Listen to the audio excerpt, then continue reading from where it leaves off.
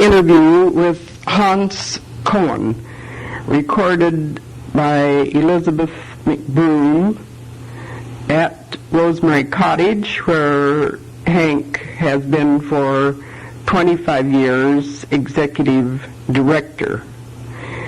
Due to some electronic complication, the tape did not pick up on the first few turns, during which Hans told of his entering the profession of social work. This occurred because he himself grew up as a foster child. He and his brother were separated from their parents and brought to the United States as refugees from Nazi Germany. They were placed with a family in Iowa under the guardianship of the Jewish Child Welfare Organization in Chicago. Hans became interested in social work through camp experiences and came to the University of Southern California, where he earned the MSW degree. He worked for some time with the Jewish Big Brothers and the Max Strauss camp. He was the first man to be executive at Rosemary Cottage, and this connection was made through Lorraine Stinson, whose husband was then dean of the school, and Lorraine was a member of the Rosemary board. The recording with Hans picks up presently.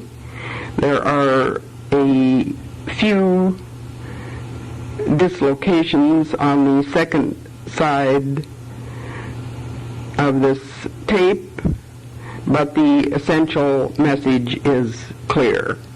There are also some extraneous noises caused by a gardener who was using an electrical clipper on shrubbery outside the window during part of the interview. Else because End of everything but your social work career. Yeah, then I got out of the service and started the graduate school. And I've stuck with it ever since then. I never thought that I'd get back into the placement bit, because that always felt like something that wasn't that good.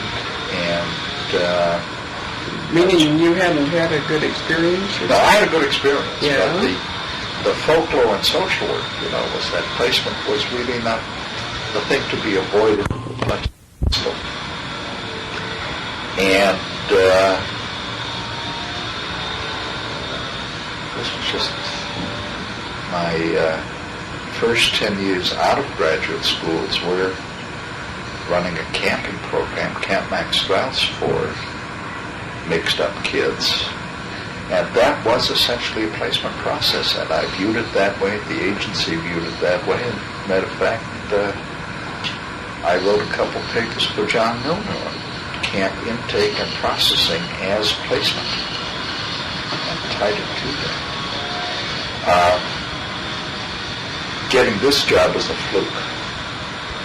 I was ready to leave. The agency needed an exec and was doing some changing, programmatically, expansion, other kinds of things. And Lorraine Stinson was the chairman of the search committee. That's how that came. The agency had never had a man on staff. After I accepted the job, Sam Berman, who was then the consultant for the league for this agency, told me I was the first man to run a girls' agency in the league in this part of this side of the Mississippi. You're a real pioneer. I was crazy. Crazy. And yet that opened up a whole bunch of stuff. It was interesting that at the point where the board said they're looking for a man, and they were looking at this programmatically and otherwise as well, licensing raised some questions as to how appropriate this was and so forth. You mean the state? And then when licensing heard it was me, they didn't think that would be a problem. That worried me. That was an issue.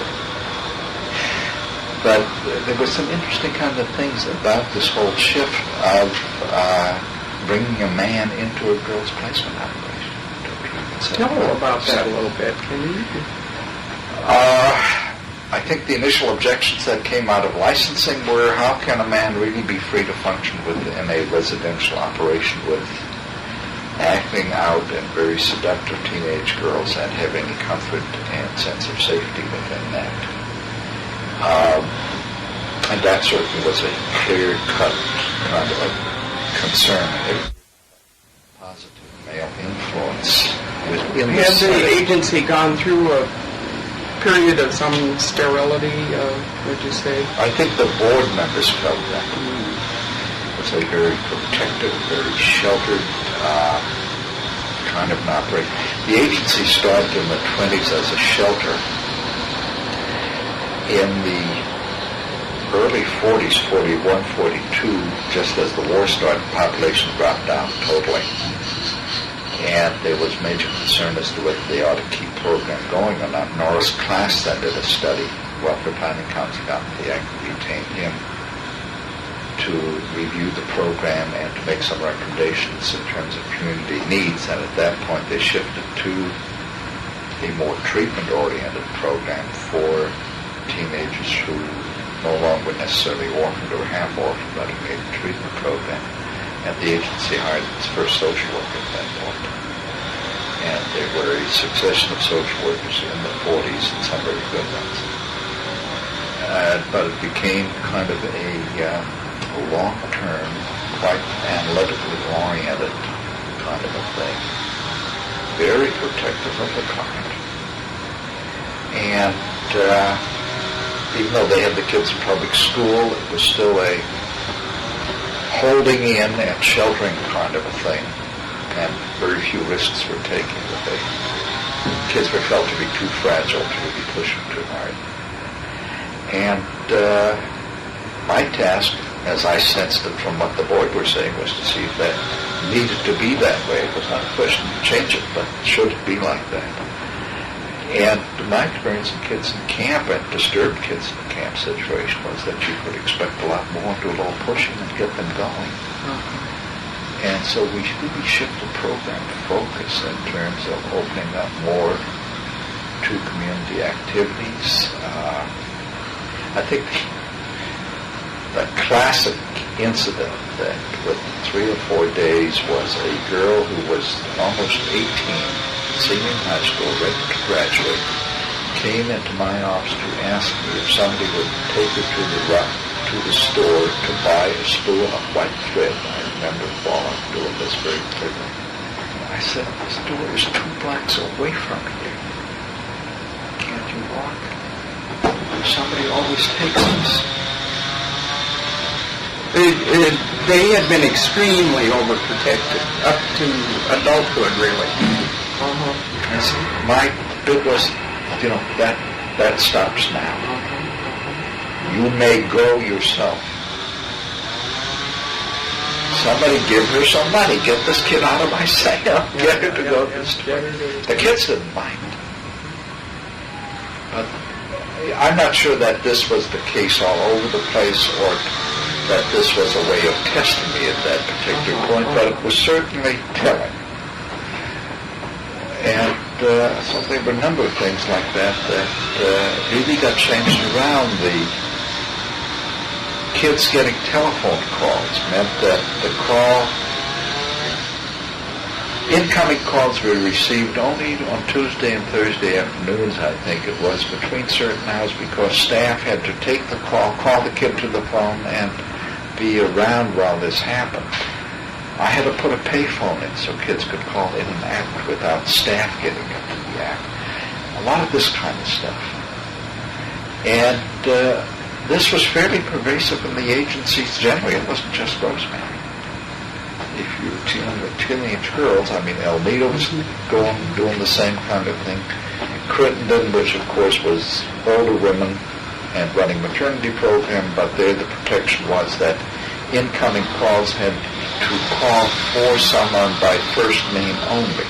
If the proper code wasn't followed, the call didn't go through. There was a lot of this going on. There was some idea of total protection and total divorce from the outside world. It was unreal. Did you have any idea or done any follow-up studies on what this impact this had on the young women after they left Rosemary? Nothing formally. I've got anecdotal stuff because I've met with some of the people who were here before who really had to struggle. A couple of them worked for me, as a matter of fact. And it wasn't my senior child care, my supervising child care worker now is a graduate of about 1956, 58, someplace in there, who always had in her mind to come back, raised her kids, went on to college, got a degree, and came back to work.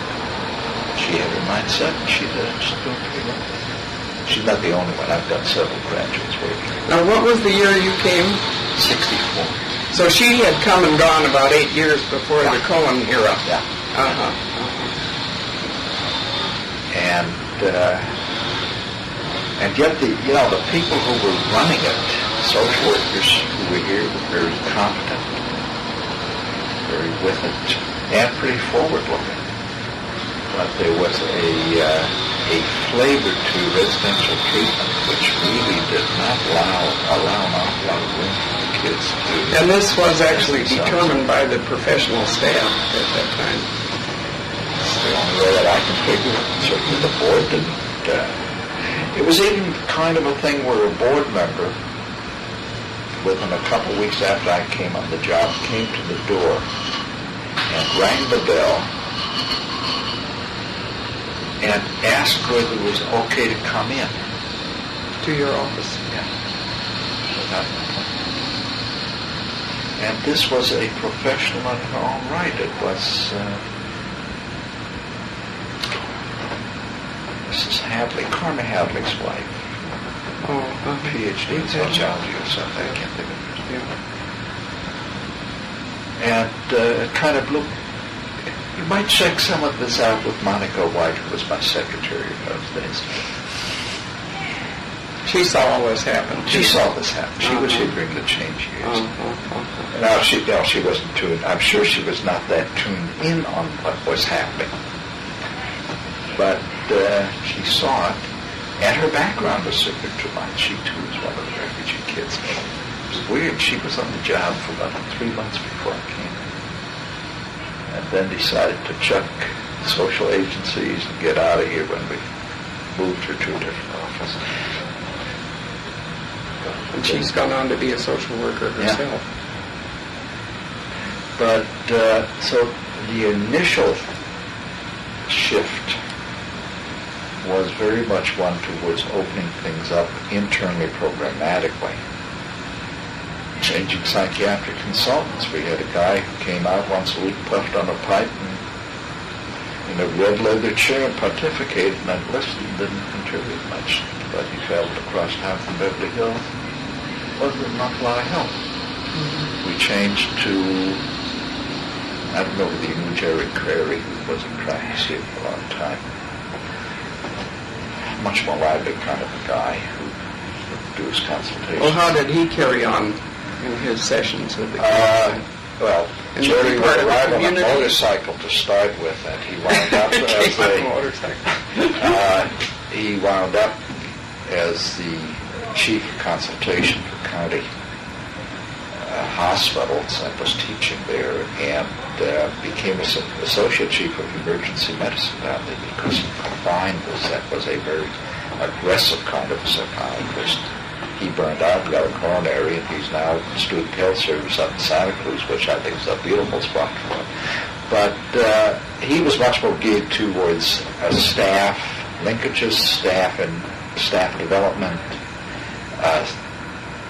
developing treatment climate among staff, integrating the whole staff to start, if you will, to its focusing on kids, rather than focusing on kids' individual problems and trying to get to all kinds of diagnostic formulations about them, which is a different approach. He had some grasp and concern of where and how the kids were living and so on. Yeah, this was clearly why I changed to him.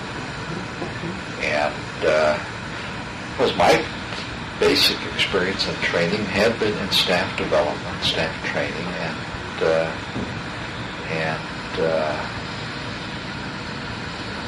doing that because I never carried a caseload except as a student. It's not in terms of what I was doing. I was doing staff training, staff development, staff selection,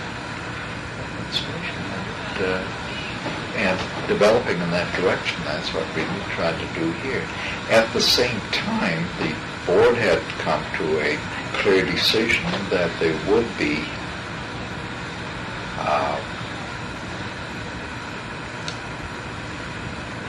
expansion, and that we would develop group homes, which meant, A, we had to get some space, we had to develop this. There were three mandates, essentially, when I came in. Look at the program carefully and see if that meets the needs. Secondly, start planning to develop group homes. And start a student training program. And we brought students in. We had this building built a little bit before that and changed staff around so that we did all these things in a relatively short period of time.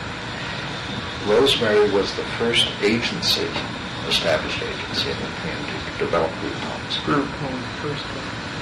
And there was a lot of trepidation around that because, again, my thrust was that, no, I don't want a couple who puts rotating shifts of staff into it. It will not be a glorified foster home. And we will put a lot of responsibility on the kids. Well, what did this mean? Well, we expected 15, 16-year-olds to take care of feeding themselves. We were going to cook for them as we were doing. Could this be done? Could they handle it?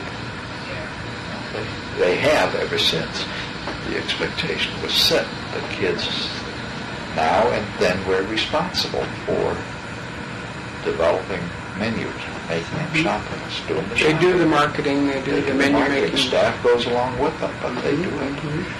And there are a tremendous amount of spin-offs from that, just in terms of the old sense of A, what they can do, and B, their survival skills.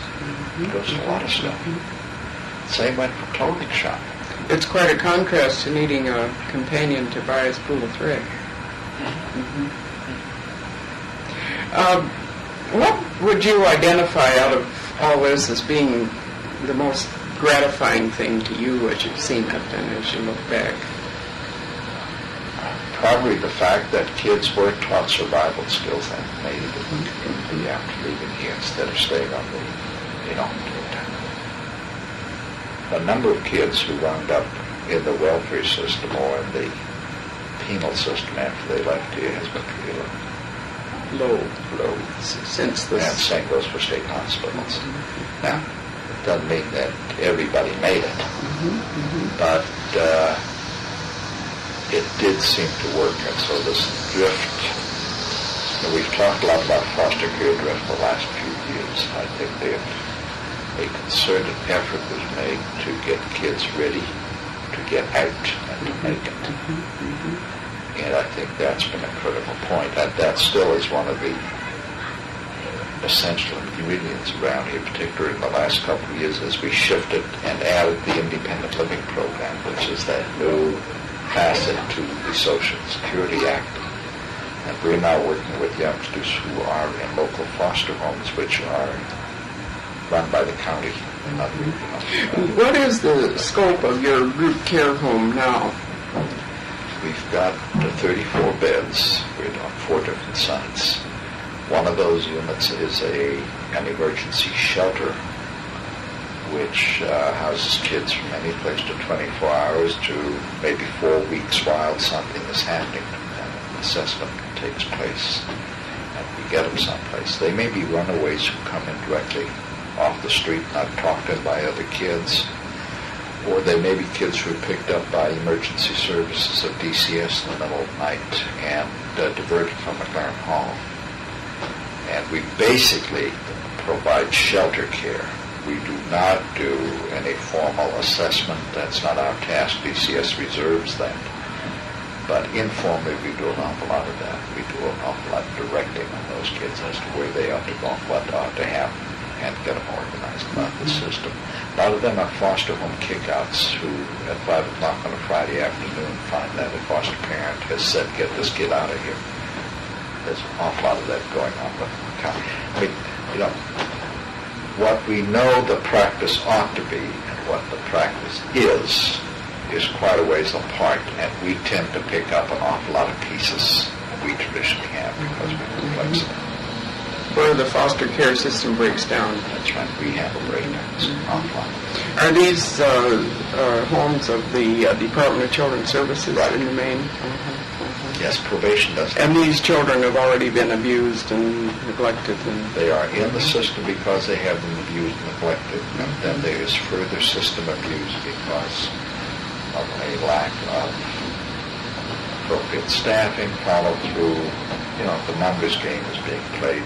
Inadequate staff, inadequate foster parent training, and inadequate response to disasters. In other words, we're finding that in many cases, if we had the ability to provide respite care for foster parents and have a kid pulled out for a few days while things quiet down, we can come back in. The system's not geared to do that. It's too inflexible. It's too inflexible. They take them out and they got to replace them rather than put them back. And yet we have done that around respite care for parents around here using the shelter for years. It works beautifully. We do it with kids in other agencies. I've had kids parked in here by Crittenden and Aviva and other Optimist Boys Republic for time out. Because we have the ability to do that and then put them back to where they started from. It's the same thrust that you do with runaways. The practice used to be, when I first got into this, that if a kid ran more than twice, they couldn't come back. They'd have to be replaced. I ran into some real difficulties within the systems when I questioned this. And my stance was this: runaways problem-solving behavior. Now, you're going to simply allow it to happen, or do you do something differently? And there were some loud and nosy sessions at Welfare Planning Council about this. When I really Harry Erickson, who were on my side, and some of the administrators who couldn't see it. I mean, it goes back a while. And my stance has always been, you yo-yo the runaway back in, because if you bring them back, they've got to deal with it, and the intervals between runaways will increase and the length of runaway will decrease if you bring them back to where they started from. You don't allow them to escape. They've got to deal with whoever they ran from. And that works. Now, your shelter program must be small. It's in a 6 county beds. this size. What happens to kids who can't come to your shelter? Well, we're the only agency that is contracting with LA County for emergency shelter. The rest go to, except for infants. Now we have infant shelter now. There, let's see, 40 beds for infants at International Children's Institute. St. Harriet's has another similar number at Bienvenido. So we've got about probably 100 infants, and I mean under 3 years old, Emergency group care. Group care. Except that isn't emergency anymore. They hold them in there too long. We're the only ones who do the McBroom Hall bit. We used to do the same thing for probation department. for the status offenders, temporary detention, until they have enough money. The kids go to McLaren Hall. That's the alternative. And basically cold storage. Warehousing. And, well, it's actually, it's very warm and comfortable. And the kids love it, and no demands are made. And so they all want to go back there. Like going back to a cocoon. Exactly. Oh. And we make demands, and so some kids don't like us, some workers don't like us. And yet the thrust is that you better make the demands, because else these kids are going to go sour. And I think that has been a long-standing part of my pushing around town. That you can't deal with adolescents unless you push them a little bit and Push the ask kids. for something, because and allow them to push back. It gets kind of noisy and angry and confrontive around me at times. But that has to be. So you'd say that a lot of the child welfare programs here really set forth no expectations to kids at all. It's traditionally been the case. It still is the case in the foster homes. Now, Hank, what are some of the obstacles you have encountered in getting this program underway and changing? Certainly attitudinal ones and professional folklore, if you will. For instance, there was some initial resistance. A young man around the place, one. Secondly, was dealing with runaways was one of the things that people could not understand. I mean, runaways have always been with us in this business. That's nothing new. It didn't just happen in the 70s. One of the early things, and I was thinking about this after you called me, was that I had a very loud and noisy set to with some of my colleagues and girls' agencies around the late 60s about the agency's refusal to place teenagers who had had children or who had aborted. If you had been pregnant, you were not welcome in any of the girls' settings. And because I was a stupid man, I was able to ask the question, why is this so, folks? And I thought, gee, it's always been like this. And I got this from Vi Shapiro and Doris Feinberg. And Catherine Nielsen, who was at Crittenden in those days, and these were bright, with and competent professionals. It changed. It had to change, but it changed. And there was an awful lot of Is that professional folklore still operating around here, do you think? No. It's pretty well been turned down. It had to be, the caseloads have changed. I mean, the nature of the animal is different, so that's no longer there. But it sure is one of the constraints.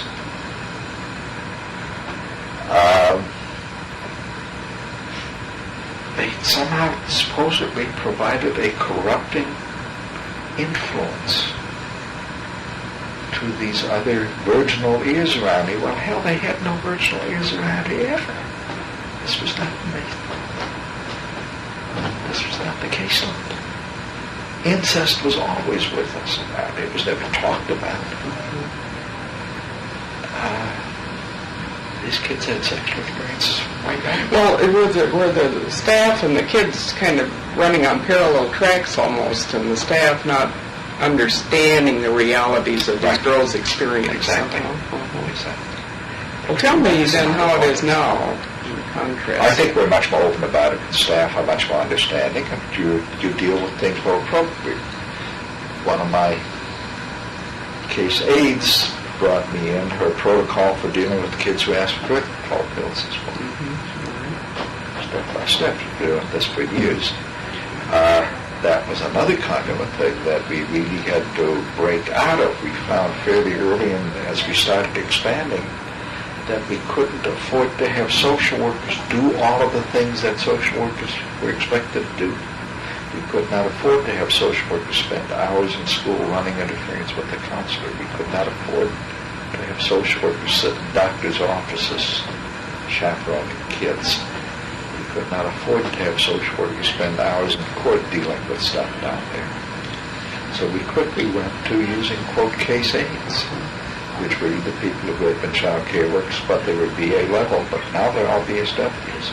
Got a whole slew of them now who are doing, maybe it came out of my Army. I thought about this again in terms of what did I do in the Army? I was a social work technician. Certain tasks were laid out for me. They were under the supervision of somebody else, but the non-coms carry the burden. That's right. Yeah. We've done the same darn thing over here. They do it. It's great. And what have you separated out as the essential professional, graduate professional tasks? The psychotherapeutic counseling, families and kids. Social workers never leave their desks. They don't cruise. They don't run to school. They don't go out to hold hands. But they do know what goes on here. They the living is. There's a daily meeting with the child care staff to find out what's happening. And they interpret what's going on to them. Yes, there's a very, and the social workers and each social workers assigned a group home and meet with the child care staff on a regular basis. So yeah, there's a tremendous amount of integration, and the case planning, the case management is the social worker's responsibility. But they don't bother with the mechanics of this is what's happening at school. Somebody else runs that through.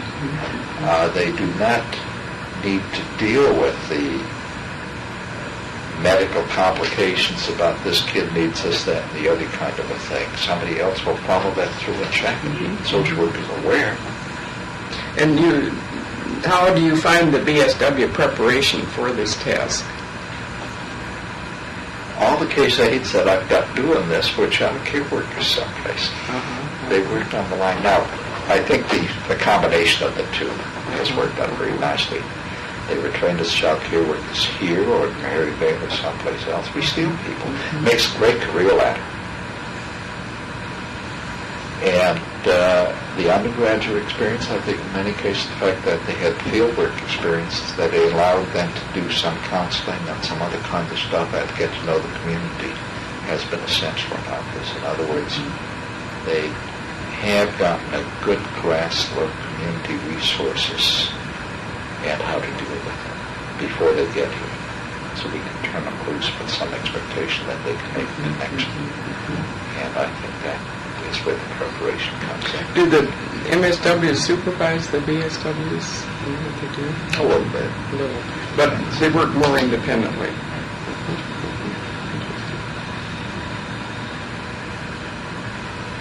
Interesting kind of spin-offs, which are really born out of necessity.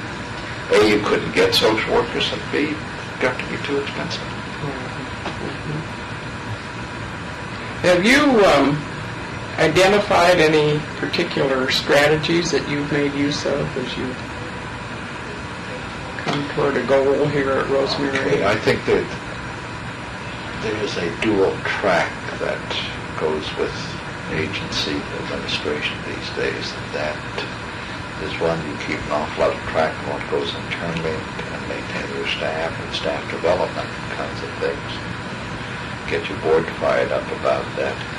But at the same time, we've had to, and this goes for all of the agencies in the, I think particularly in the residential field, the expensive agencies, we've had to pay an awful lot of attention to social policy issues and get very much involved with them.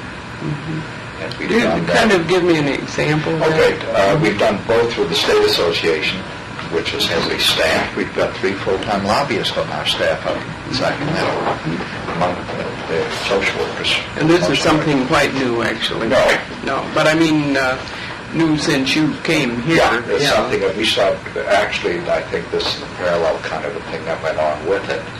Back in the early 60s, before I came into residential treatment, placement services, funding for programs like this were essentially kind of county subsidies. They treated them like foster homes, paid them $100, $150 a month, that was it. In the early 60s, 62, 63, the local agencies here in LA got together and decided to force the issue and started negotiating with Los Angeles County to develop a contract for the cost of care. And they began to cost this out carefully with some really clean standards and came to agreement with Los Angeles County to reimburse on the basis of last year's cost, historical cost. That was clear standards, audits, and all the other kind of stuff. That shifted the program drastically because we were then able to provide appropriate programming and had some controls over it. We had to fight for this and do it, but it was done. When you were getting the cost, you could really develop a much better, more quality program. Much more quality program, much more professional level, more accountability to be sure, more thought about does this kid need this, and so forth, but nevertheless it started counting. That was the first bit, and that was really pushed by a group of board people who, with executives backing them up on this. And the key players in those days were Dean Conklin, who's now at McKinley, Chet Latch, who was at Hathaway, Bonaparte and Kristen Delmar. I mean, some of the old names keep cropping up in this thing. And Frank Graves of Boys Republic, and a few others. In those days, there was an interesting group of executives. They were, on the part, the old-time superintendents who were not social work trained. And then you had a group of social workers, some younger, some older, who got into this and started. Joe Thiesing was one of the key players in this whole bit, too. And as we developed this in LA County in the mid-60s, we moved it statewide. There was a similar grouping of agencies in the Bay Area, and we combined that and realized pretty quickly that we had to go to a state organization with staff. And some of this had some league, child welfare league input, others didn't. And by the 69-70, we were well on the track to have a full-blown state organization with initially part-time staff. Joe Thiesing was initially the part-time executive for that, worked out locally. And by 73, we went full-time on that. One full-time staffer and a secretary in 73. He was a registered lobbyist. I'm sorry, he was, but we also hired a part-time, Liz Berger as a part-time lobbyist for the organization and tied a bit to the children's lobby. In fact, our group probably gave the children's lobby as much impetus as anything. We provided some of the initial funding, other kind of stuff for it, because we had to get the state organized about providing funding for these programs. And the only way to do it was to pursue it, get our boards on board about fighting social policy issues. And what is the source of, how is your organization funded? Dues. Each agency pays dues, and this supports the staff and the lobbyists. And we now have 3 full-time staffers in there. Tim Fitzharris, who's a lobbyist, criminologist, PhD, who came out of probation and parole. Nina Grayson, who came out of the State Department of Social Services, and she was their foster home chief. We hired her a couple of years ago. And another administrator, Tom Kubicek, who used to be at Maryvale. And then they have support staff in there. And until Liz Berger just retired, but she had another additional lobbyist working with them all along. The group that got that going was essentially, again, the key players. Dean was one of them, Frank Graves, Boys Republic, Brian Cahill was a brand that's young, San Francisco Boys Club in those days. Jim Mann, who was at Lincoln. Dick Pancost, who was up Simon at St. Louis. George Holm from San Diego, now kind of pushed that thing through. And it was an interesting kind of process in terms of organization development.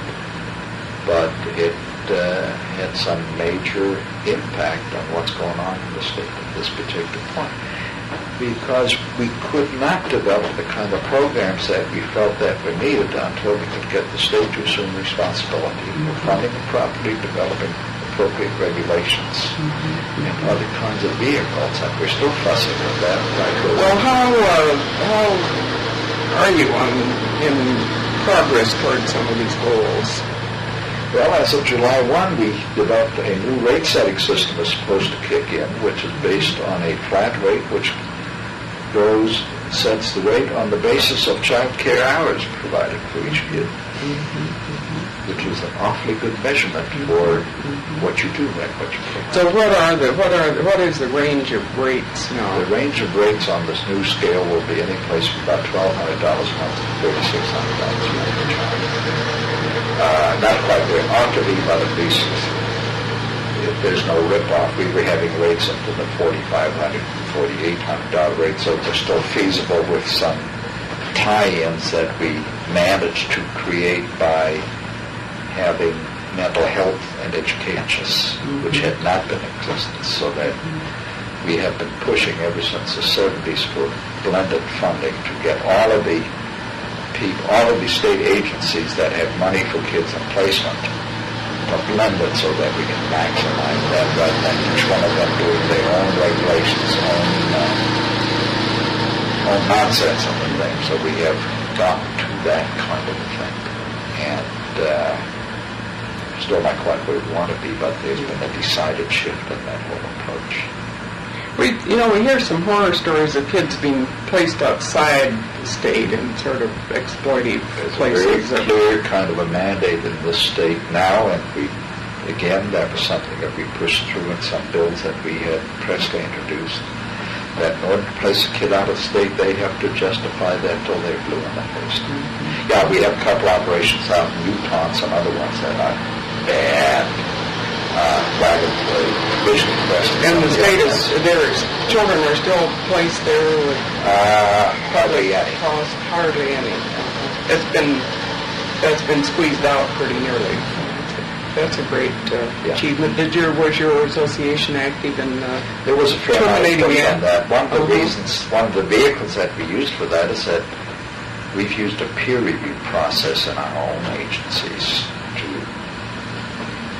maintain a qualified membership, and that has had a real upgrading bit. Now, granted, there are 90 agencies roughly in the state within that scheme, and there are awful lot of operations that aren't in there, but it has an overall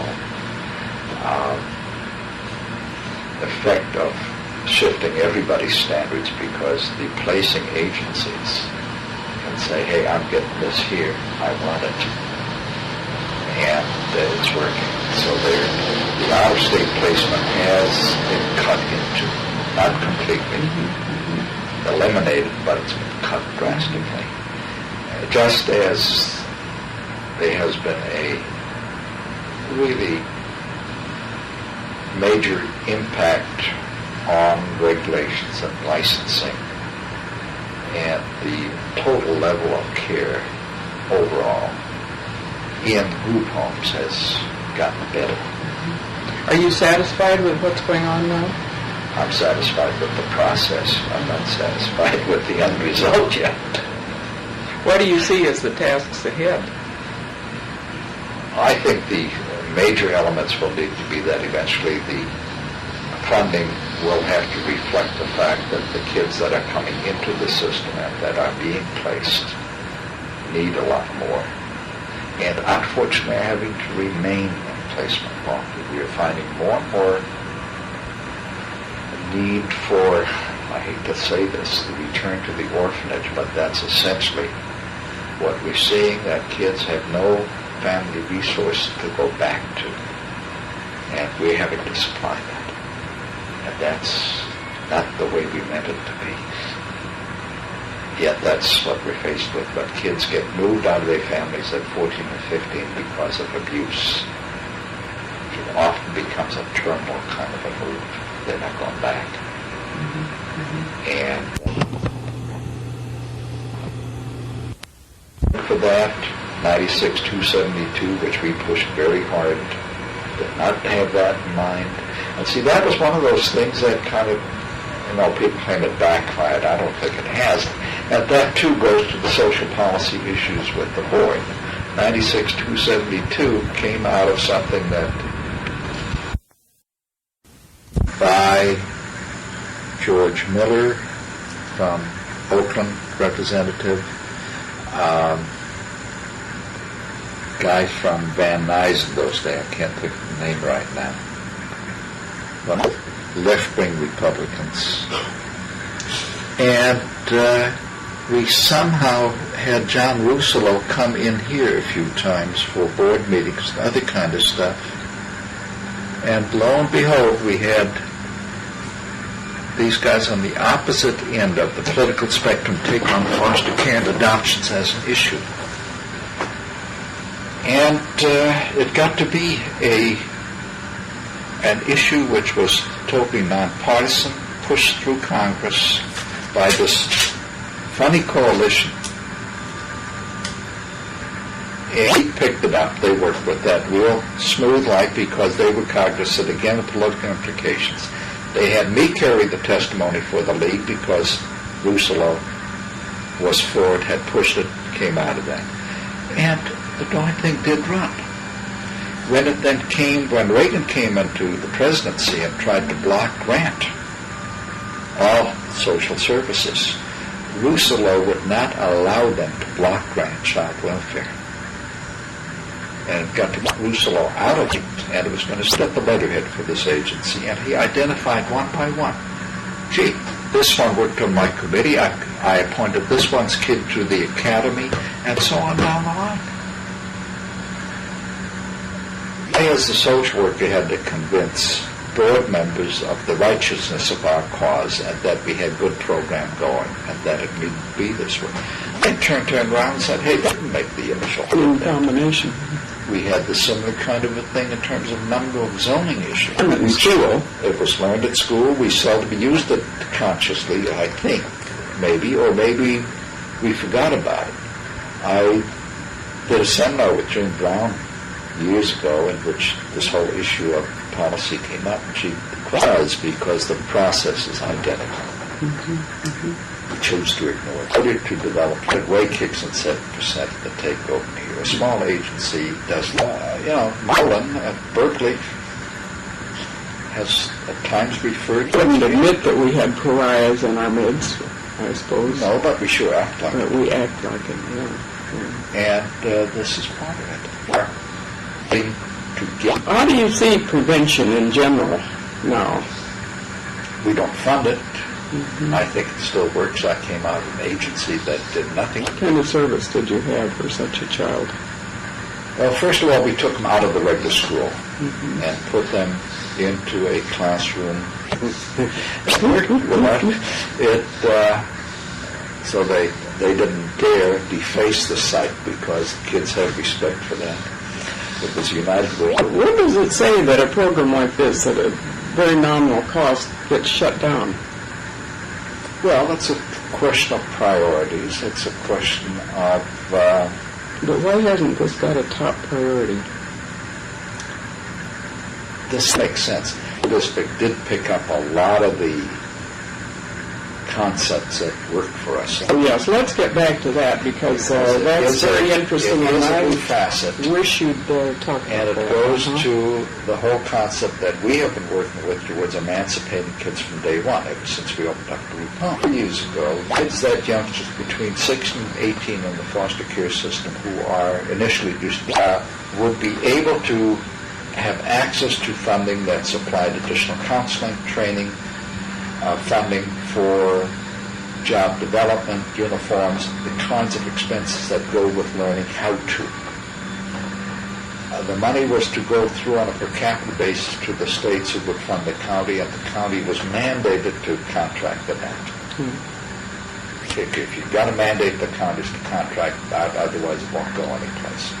The county had got contracts. What we're doing with that whole program is that we've got about 40 youngsters, not our own, in addition to ours, who are in local foster homes and some One-to-one thing. one-on-one. One junior league to one kid. And these are professionals. Last year's group had a couple of role models, all super achievers, and such, who help kids around, this is what you need to do to find a partner. Do that around the dinner table. Best way I can describe it.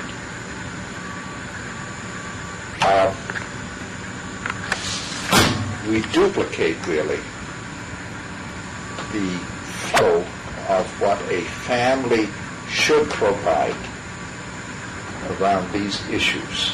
Cognitive, we say this, what's missing, how do we provide it? And do it that way. There's not nearly enough of it. I'm troubled by the fact that most of the youngsters in the program in the county, only half of them who should be in them are in them because of numbers, and secondly, the age special needs. Our kids are different. They lack things. Just to teach them computer skills or salesmanship skills is not the issue. The skill training anybody can do. The value training, the skill training about how do I emancipate, that's a foster care issue. And it goes to placement practices. And you've got a good channel with this one-on-one with these bright, young, achieving women. That's gorgeous. And we're going to develop that. Give an example of how this has worked out in some case. Well, first of all, they maintain the relationship after the kids leave, in many cases. The thing about it is that we found, interesting though, it's totally colorblind. Black volunteers working with Caucasian kids and Caucasian volunteers with black kids, and there's no problem to this. What happens again and again is, the volunteer is credible because he or she does not get paid for this. Big difference. That's the same thing we saw when I worked at Big Brothers. I am not doing it because she likes me. Yeah. She cares. That's right. Yeah. And it's clear. And so it's a very different kind of a thing. We have our graduates coming in to teach the classes. Don't give me this stuff. I know. Because they have been in there. Just as my instructional aide in the classroom is one of our product of our day treatment program. She was and she got hired by the school as an aide, then assigned to us. We do interview. I said, what do you know? Your program?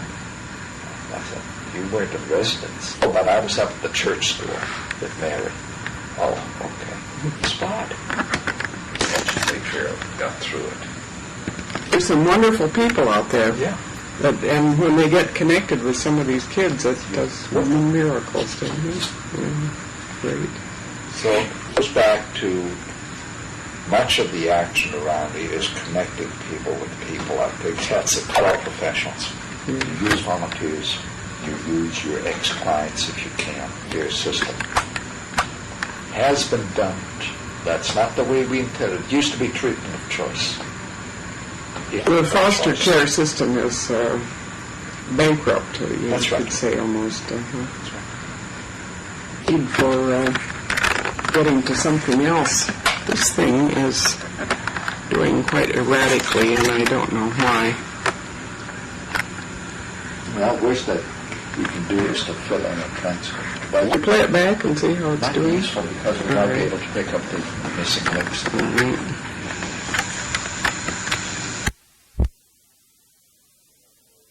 Still way too many minority kids in the placement system, way out. Available everywhere, and that they fee-for-service operations for the most part or insurance. for whom this is used as the fault treatment. Is that still going on? Oh, yeah. Mm-hmm. Insurance runs out. Is that a big problem? Insurance running out? Would you talk a little bit about that? Well, I get a couple calls a week probably from various hospitals saying, can you take this one? They're out of money now. DCS, okay.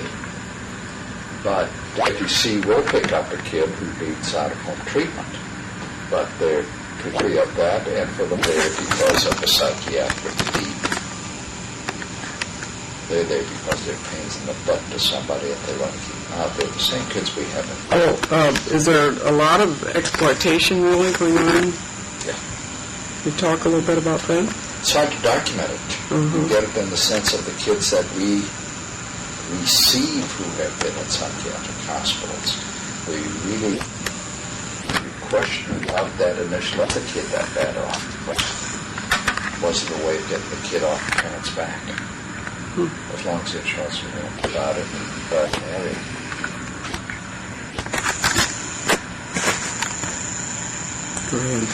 I don't know whether it's easy for parents to deal with their guilt around the psychiatric diagnosis and simply say they got a rotten kid who's a runaway, a spouse offender. Or what? Or maybe it's a hard choice. Yeah. This seems to happen. You know, it used to be that if you could diagnose the kid as hyperactive and Ritalin would take care of everybody would relax, that would do it. Whether or not that was needed didn't make that much difference. It worked. I think sometimes psychiatry would. What they do in there is the same thing that we do. Which is? Well, know your education. They may dope them up a bit more. We don't use drugs, but you don't medicate here. Very, very, very. I heard you tell once about getting a kid underway who was sick and just going to stay in bed all day or just didn't want to get going, and she was going to be sick. She's oh, well, the routine basically is if you're sick, you either are sick enough to be in bed or else you've got to be in school or at least on ground school, but you've got to move around. In other words, there's no in-between about just lollygagging around. For that matter, I had a much tougher kind of a situation last year where we had a youngster who was multiple somatic complaints, is what we would describe them, who would constantly find that she could avoid her job in school by dislocating her shoulder. And, of course, everybody would get exercised about it and would take an emergency room run and all the other stuff. We finally sat her down and said, look, this kind of thing is getting so serious that you're going to need a medical setting. And you can't function in the community with all these kinds of goodies that we got here for you. So if it happens again, prepare to leave. We'll find you a hospital. Never again. With a permanent cure. Not that she found other symptoms, but she graduated high school, moved out, and did her thing. Did it? Stuff Blair, got a job. But you sometimes call it and take some chances. I think one of the elements that you can do this in the voluntary agency. We can take more risks. You can be flexible. Yeah. But that's been traditionally we're not small enough so that we. And that I think is one of the. I think why I have enjoyed staying with this program. I think that people they have interest to get something different. I didn't want it. Basically, this was small enough. And is small enough still, so that I'm involved clinically. You can use all your skills. I can do everything around the darn place. Mm-hmm. That has something, by the book, this is not good, supposedly, yet. As you look at the newer books on management practices, management by walk-around is still a good ingredient, and it seems to work for us. Mm-hmm. Not the most efficient kind of a thing in some ways. It's what you teach you more. Get rid of them more quickly. What about staff continuity and staff turnover here? Yes, sometimes it could be to height. Staff tenure is much longer than he's like this. This is now. Senior social worker now for 2 years. She came in to start student training. Let's see. Last year she 8. But we've had good social. We have a number of people.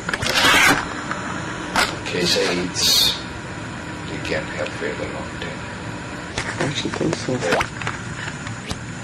And in job. So that they can get a variety and keep their interest alive. Do you have any clear idea of what social workers can do better than volunteers and vice versa? Yeah.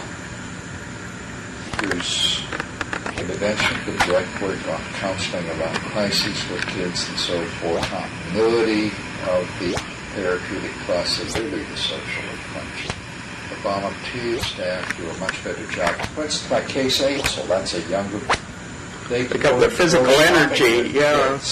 There's physical energy, and these kids aren't shopping for clothes with a maternal figure. Who does? And so, you got to have that amount. Volunteers to give you either or both. There are the expert job looking at want ads, looking for jobs, approaching employers are taught much more readily by volunteers and the paraprofessionals. The intervention counselors done much more.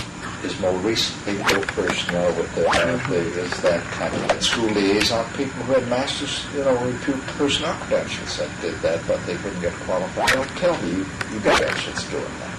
Easier to intervene in school if you're one of them. Social workers with dual credentials you're not going to find in this kind of agency. They get paid too much stuff. There's not social workers doing that. I don't think so. We've had some good luck with a couple very good special kinds of deals. I think a couple that I've had 50% they worked them there as a discipline. I mean, that intensity do you have any personal papers or pamphlets or items that should be made available to researchers or other I was looking at scholars that you could contribute to the Welfare Archives project? The immediate kind of thing, as my secretary said this morning, we're back. They're always welcome at the library. Those I'll pack up and troop over there one of these days. The stuff, I don't know, I've got a box here of stuff that goes back to the 20s, old minutes and pictures and licenses and stuff like that. 1940 paper. Yeah. On the study that turned the program around. That it was something done. Incidentally, did you know Norris is in the hospital? No. He is in the hospital in Topeka. He has cancer. And he's had a hip replacement, and he's in rehabilitation now. I had a letter from him the other day, and he's sounds kind of upbeat considering the circumstances and so on. The guy has always been upbeat.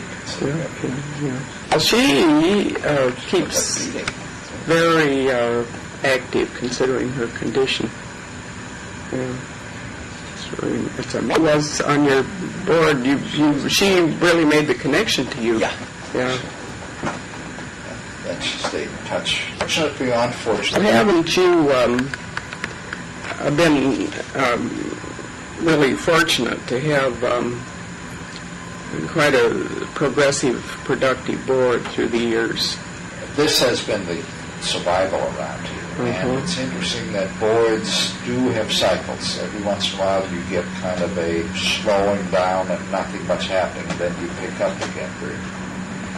I think your board, as just a person in the community who sees them in action or hears about them is really quite impressive. They have been a couple of years, but they were kind of well spanned. It took a lot of courage. It took a lot of guts. Took some risk taking on my part too. I mean, yes, I walked I'm sure. to the place and they said expand. They had $25,000 in the bank. Yeah.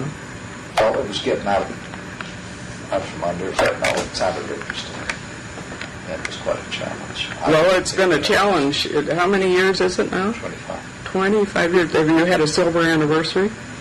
We had a production at 20. I'm keeping quiet about 25. 25. And you're carrying on here. Are you officially retired, or? I'm not of retirement age, technically. I see. I got a couple years to go. You got 2 years to go. 62. And It was kind of touch and go. it was, it was a decision point. Doctor said go back to work, so I went back to work. It was fine. So you're full steam ahead for the next couple of years.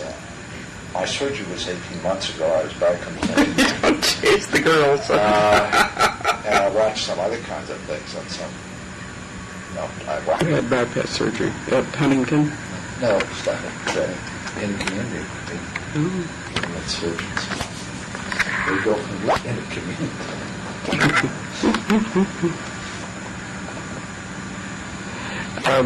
You mentioned some things that you think had some impact on the whole state and nationally. The association and your lobbying and the bill that really withstood Reagan and so forth. Are there other things that have had that wide-ranging effect as well? Well, all these things go to funding and agency continuity. The mother's milk of child care, like No matter politics. how if you don't have it, you can't do it. The other things that That's a clear message. the other things that I think have happened is that over the years, professional and community attitudes towards placement and out-of-home care have changed. Can you explain that? Well, Rosemary is one of the few agencies that decided not to set up its own school and go for the high, quote, psychiatric rate. We decided on the new scheme we're going to come out ahead on. We're going to come out even. But over the last 6 years, our rate has been frozen because we chose not to go kids by developing more grounds. I'm saying they're too screwed up to school or to go to special classes off-site. Let's do it ourselves. The kids have becoming more and more institutionalized.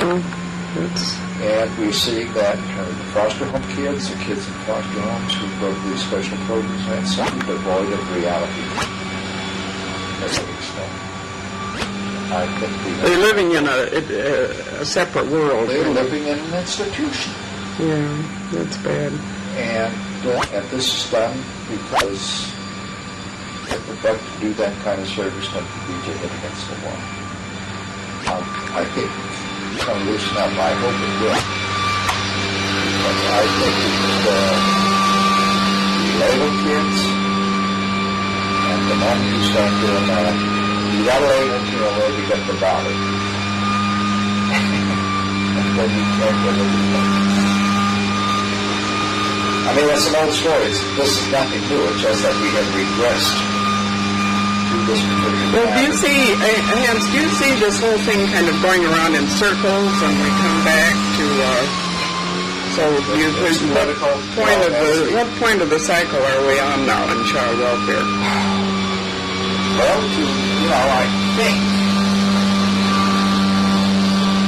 I don't open it up again. This is the kind of sense that I get from here when you listen to Dave Lieberman and the League and so forth. It's very, very local, very strong, and very good at this stuff. He was pounding around the way Joe Reed used to do, making noises, righteous noises, which didn't happen for a few years, and it's having some effect. We're doing the same thing in the state level to have these developed, but this little bit more. I sure hope so because it's been It's been a frustrating time. and, Well, what signs of hope do you see then?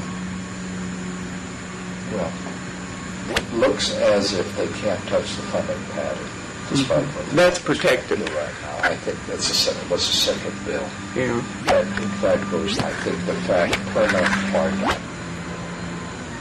Locally, we're looking at some things in terms of how the plan lies. Judge Bowen has mentioned some noises. I see a need for the public sector to take on the responsibility for the last resort program for some of these kids, but doesn't have to be forever. For instance, MAC could well be programmed to provide a secure situation for 5 to 6 days for a kid that we can't handle, and then bring it back. Right now we have no such thing. And we have to terminate the placement when we find that we can't deal with the youngster, when we know damn well that a few days' time out would do it. And we're trying to program that. That's the most frustrating of all. Oh, it's nuts. It's totally irrational. It goes to a study that I worked on back in 83, 84 on the hard-to-place child, where we said, open it up in such a way that by respite we can deal with a lot more than we're dealing with now. We're back to that particular bit. We have a session on next week at that television. The thing is that you got to keep on grinding away at it. Got to have infinite Somebody patience. said to me yesterday, Hank, did you go through this? We were just, the administrators had a meeting locally, and the shack came up. It's the same old stuff. It said our group not hired a full-time executive to lobby locally and push it. That's Sharon Watson. She's the one that's been at Crittenden. And Sharon is not full-time on association. Local lobbyist with the county. She knows the new director of the youth treatment center. What difference do you expect this to make now? Well, we have the disincentives to getting involved into agitation. Once you open your mouth, your occupancy suffered. You know, there's nothing planned that way. Everybody disavows any responsibility for it, but the net effect always has been that the moment one of us came into a leadership position and started making noises on behalf of kids, our vacancies went up. We were just often by line workers who chose not to. I'm not sure where this came from. The paranoid in me would say that it may have been some union pressures. I'm not sure. I don't know. Yes, I was away more. And I deserved. He said his guy isn't tending to his knitting at home. Right. By having a staff included that, we're protected. That's the fact that it does take full time. I mean, 2 years ago I spent 1 day a week. Before we opened up the office in Sacramento, I was president of the youth after we opened that up in Sacramento. You just can't spare that kind of fun. And you got to pay for it. Interesting life, It's isn't really it? interesting. And it still is, and it's going to stay interesting. We'd like to go down there and train. Well, And I can really do some rabble-rousing down there on the basis of credibility. I mean, I don't think that you can do any kind of accuracy unless you can establish perfections. You have done that, then you can take some risks. It's when a legislative consultant calls you and says, what do you think of this proposal? you got on this kind of basis with That's him. right. Well, that's good. That's good clout. Yeah. You bet. Yeah, it works both ways. But it does happen. And there's some very strange people who advocate a part of kids. Now, I don't know whether people are aware. There's a story about Dannemeyer in today's Times, guy in Orange County, that total jerk and disaster. You know, he's homophobic. He is pro-flag. I mean, he's the guy who did the flag burning thing, the obscenity stuff. Represented Dannemeyer, Orange County. I mean, he's worse than Roosevelt ever was. He carried Agnes Trincaro's baby bill, as we call this, payment for infants and parents in care. He carried that bill. Fantastic, isn't it? But she had a righteous cause, and Agnes is persuasive. God, can she be persuasive? That's right. We all know that. Well, Hans, I want to thank you, and I'm glad I had a chance to interview you because I found out lots of things that I didn't know otherwise, and I think it's going to make a very interesting contribution to the archives. Well, I hope so. Thank you very It much. helps to kind of pull things together here. Yeah, get It's a long look at it. Very Very good. This is some of the stuff that I used in teaching in the org administration. Was that the process of getting that state organization together made an awfully good CO case study. Good. From floor wax to peer review, I call that thing. That's great. Well, I will look through some of the material to see if there is something that might be useful. I think most of it's too tightly focused on this, but I do want to look at the Mellis Classic stuff because it was an interesting approach 40 years ago, or 50 years ago now, to changing an agency and documenting some real immediate needs. good thing. I'm going to look at what this says. I've been looking at it upside down. This was the 20 years. That was right. Here's Rosemary, that's for remembrance. Pray you. They glossed over 25, and that was fine and dandy. That was nice. There's Rosemary, that's for remembrance. Pray you. Love, remember. The line is a clear one, and it seems to work.